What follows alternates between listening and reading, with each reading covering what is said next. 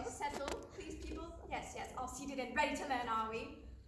Oh, I see there's a few rambunctious types in the back who'd like to continue while Mrs. Peters is trying to run her class. Well, stow it, cheeseheads! Time to park your keister and zip your flapping guns before I come up there and do it for yous! Now, that was a small taste of the Brooklyn accent. Very useful in situations where you want to cut right to the point. We'll work on that one later. Now, let's start at the beginning, as starting at the end would mean I would have to talk backwards. Which I can do, but I'm not sure you'd understand it. Do you think you do? So didn't I? This is Accents Incorporated. Today I'll be giving you a varied overview on how to speak over half a dozen different accents. I promise you won't forget my methodology. Now, first off, is there anyone here who's in the wrong class? This class is for learning different dialects or accents. If you wanted the class accents or making a hatchet smell minty, you're in the wrong room. So get out of here, vamos! Right then, let's start with the British dialect, shall we? Now, there are hundreds of different dialects, so let's start with London, shall we? Right then, if you would be so kind and please stand in your seats and do this motion with me. We are sipping our tea, very British. Now, you'll notice my pinky is extended high in the air whilst I drink. Why do we do this, you may ask? Is it because the handle is too small for our fingers? Not at all. It's because the British are snotty. Say that in a British dialect. Snotty. Thrust your head back, more pompous, really talk nasal. Now, take your tea again, and here's another phrase in the London/British dialect. I'm going to the theatre this evening. Now you. Ew, that was horrible. Really be pompous. Thrust your head back, more nasal. Right then. Now, take your tea again, and one last phrase in the London dialect. This tea is divine. Now you. Really be pompous, more nasal. You, in the third row. You need to be more pompous. You don't sound condescending enough. Right then, excellent. Now let's move on across the pond to Paris and work on a French dialect, shall we?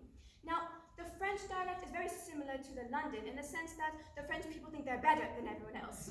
Only instead of thrusting their head back, they raise their eyebrows like this. Why are you in my country, you silly American people? See, now you try. Wonderful. Now I want you to imagine that you're holding a long loaf of French bread. You will gesture with this as you speak to get the feel of the language. Try this phrase. I am going to the Louvre. Now, the Louvre is a French museum where many naked statues are exhibited. You see, the French have this twisted idea that the human body is beautiful, the whole human body, and should be exposed at all times. So let's move on, shall we? Italian, now a beautiful language, not only spoken by mobsters, but by chefs as well. Now, for an Italian accent, you must first purse your lips as you're about to kiss someone on the cheek. Right then. Now, take your fingers and your thumb and gesture upwards. You will gesture with this hand as you speak. Now, try this phrase. Tommy, your lasagna has a wonderful ricotta.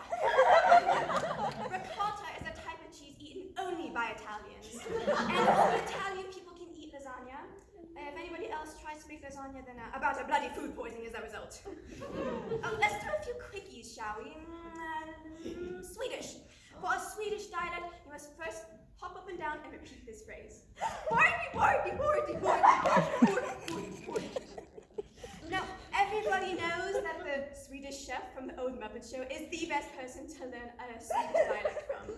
If you don't own any tapes of the Muppet Show, get them. Right, now Brooklyn, which you've already heard a small taste of. Now, for Brooklyn, it's really all from the groin. It's all about sounding like you're a swaggering swain with the brute force of an ox, but can't do long division. Here's a very common phrase that you should be familiar with. Hey, baby. Right, now you. Ew, that was horrible. You'll be beaten to a pulp if you say it like that. It's all from the groin, people. See,